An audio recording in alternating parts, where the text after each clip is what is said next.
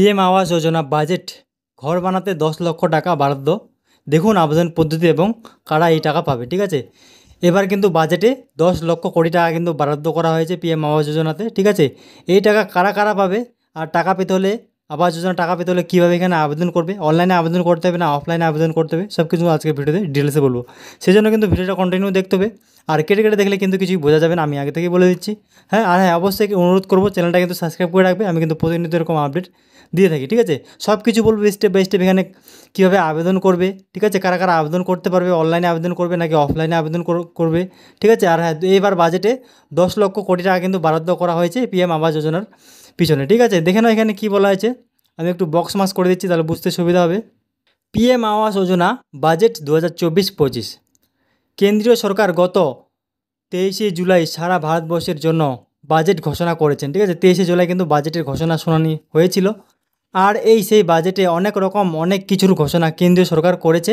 তবে ওই ঘোষণাগুলোর মধ্যে একটি আবাস যোজনা। ঠিক আছে, যত সব ঘোষণা করেছিল তার মধ্যে কিন্তু একটা আবাস যোজনাও ঘোষণা করা হয়েছিল। কত টাকা বাজেট বরাদ্দ করা হয়েছে বলে দিচ্ছি, 10 কোটি টাকা লক্ষ। ঠিক আছে, কেন্দ্রীয় এই আবাস যোজনার প্রকল্পের মাধ্যমে ঘর বানাতে টাকা দিয়ে থাকেন। ঠিক আছে, কেন্দ্রীয় সরকার এবার নতুন বাজেটে একদম পরিষ্কারভাবে জানিয়ে দিয়েছেন পুরো 1 কোটি নতুন ঘর দেওয়া হবে। ঠিক আছে, পুরো কিন্তু এবার 1 কোটি নতুন ঘর কিন্তু দেওয়া হবে, আর এই 1 কোটি ঘরের জন্য 10 লক্ষ কোটি টাকা আগামী 5 বছরের জন্য বরাদ্দ করেছেন কেন্দ্রীয় সরকার। তবে আবেদন কিভাবে করবেন এবং কারা এখানে আবেদন করতে পারবেন, চলুন এবার এই ভিডিওতে কিন্তু আমি বিস্তারিত বলে দেবো স্টেপ বাই স্টেপ। এবার কিন্তু 1 কোটি ঘর কিন্তু বরাদ্দ দেওয়া হবে। ওই 1 কোটি ঘরের জন্য কিন্তু 10 লক্ষ কোটি টাকা কিন্তু বরাদ্দ করা হয়েছে।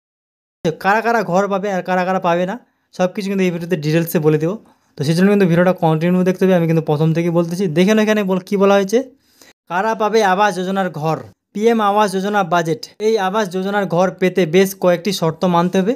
যেমন ধরুন, আপনার বাড়িতে কোনো গাড়ি থাকা চলবে না, কোনো সেচ দেবার মেশিন থাকা চলবে না, কোনো মোটর বাইক থাকা চলবে না। এছাড়াও আর অনেকগুলো শর্ত রয়েছে, যে শর্তগুলো অফিসিয়াল ওয়েবসাইটে কিন্তু দেওয়া হয়েছে। ঠিক আছে, সেখান থেকে তোমরা এটা দেখতে পারো। তা আমি কিছু পয়েন্ট আলোচনা করে দেবো এই ভিডিওতে, দেখে নাও। অফলাইনে কীভাবে আবেদন করতে হবে, এখানে ঘর নিতে হলে, আবাস যোজনার ঘর নিতে হলে অফলাইনে কীভাবে আবেদন করবে দেখে নাও।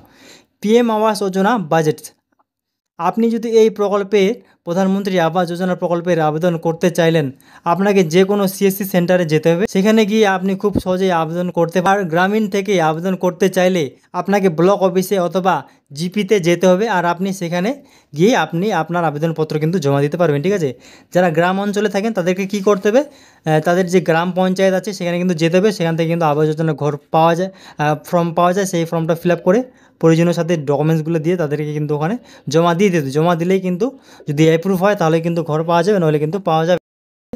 তারপর দেখে নাও অনলাইনে কীভাবে আবেদন করবে। অনলাইনে আবেদন করার উপায় কী রয়েছে, যারা অনলাইনে আবেদন করতে চাও সেটাও সেই ব্যাপারে আমি বলে দিচ্ছি। এই প্রধানমন্ত্রী আবাস যোজনা প্রকল্পের আপনারা অনলাইনে আবেদন করতে পারবেন, তবে তার জন্য সরকারি অফিসিয়াল ওয়েবসাইটে গিয়ে আবেদন করতে হবে। তবে গ্রামীণদের জন্য কোনো অনলাইন পদ্ধতি চালু নেই, এদের জন্য অফলাইনে পদ্ধতি কিন্তু আবেদন করতে হবে। ঠিক আছে, যারা গ্রামীণ এলাকায় থাকে তাদেরকে কিন্তু অফলাইনে আবেদন করতে হবে, যারা শহরে থাকে তাদের কিন্তু অনলাইনে, তারাও কিন্তু অনলাইনে আবেদন করতে পারবে। অফলাইনে জমা করলে অফিস থেকে তারা নিজের অনলাইন আবেদন, যারা অনলাইনে আবেদন করতে চান তাদের আমি স্টেপ বাই স্টেপ বলে দিয়েছি কী কী পদ্ধতি অবলম্বন করতে হবে। দেখে নাও প্রথমে কী বলেছে, প্রথমে আপনি অফিসিয়াল ওয়েবসাইটে চলে আসবেন, লিঙ্কে কিন্তু আমি নিচে দিয়ে দেবো। ঠিক আছে, অফিসিয়াল ওয়েবসাইটের লিঙ্ক কিন্তু আমি আমার ভিডিও ডিসক্রিপশন বক্সে দিয়ে দেবো, ওখান থেকে ক্লিক করে কিন্তু সেই ওয়েবসাইটে চলে যেতে পারে।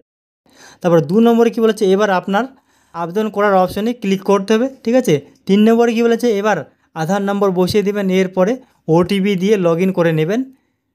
এবার আপনাকে বেশ কিছু তথ্য এখানে দিতে হবে। 5 নম্বরে কী বলেছে, তবে এখানে আপনার আধার কার্ডে থাকা সমস্ত তথ্য অটোমেটিক নিয়ে নেবে। ঠিক আছে, আর হ্যাঁ, অবশ্যই কিন্তু আধার কার্ডের সাথে মোবাইল নাম্বার লিঙ্ক করা থাকতে হবে, তবেই হবে, না যদি লিঙ্ক করা না থাকে তাহলে কিন্তু হবে না। এখানে আবেদনকারীর সমস্ত তথ্য বসিয়ে দিতে হবে, সমস্ত তথ্যগুলো বসিয়ে দিবেন। এবার আপনি আবেদনকারীর ব্যাঙ্ক অ্যাকাউন্ট এর সমস্ত তথ্য বসিয়ে দিবেন। সমস্ত কিছু সঠিকভাবে দেওয়ার পর আপনি ফর্মটি সাবমিট করে দিবেন, তাহলে কিন্তু এখানে আবেদনপত্র করা হয়ে যাবে। পিএম আবাস যোজনা বাজেট 2024, নতুন সালের বাজেট অনুযায়ী পুরো 1 কোটি নতুন ঘর দেওয়া হবে 2024 সালে, আর পরবর্তী 5 বছরের জন্য কেন্দ্র সরকার সম্পূর্ণ 10 লক্ষ কোটি টাকা বরাদ্দ করেছেন। ঠিক আছে, এই আবাস যোজনা ঘরের জন্য। তবে ঘর পেতে চাইলে আর দেরি করবেন না, আবেদন করে রেখে দিন, এই প্রকল্প থেকে ঘর বানাতে টাকা আপনি খুব সহজেই পেয়ে যাবেন। ঠিক, তো আজকের এইটুকুই আপডেট ছিল। তো আপনাদের কী মতামত রয়েছে অবশ্যই কিন্তু কমেন্ট করে বলবে।